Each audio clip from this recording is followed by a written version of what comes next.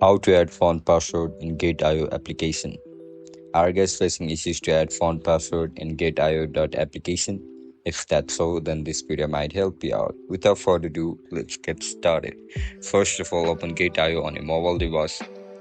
Once you open the app, now log in into your account with your registered email and password. After you get logged in, now look at the top of your screen where you can see a profile icon. Tap on it. Now click on security. You'll be provided with multiple options over here. Just scroll down. Now click on font password. Now enter a password. Make sure the password is strong so that no one can steal it. Again re-enter your password. Now tap on send. As soon as you click on send, verification code will be sent on your email address. Now just copy and paste your code. As soon as you now click on yes. And that's it guys.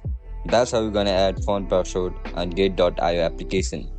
If you guys found this video helpful, don't forget to like, share and subscribe to our channel.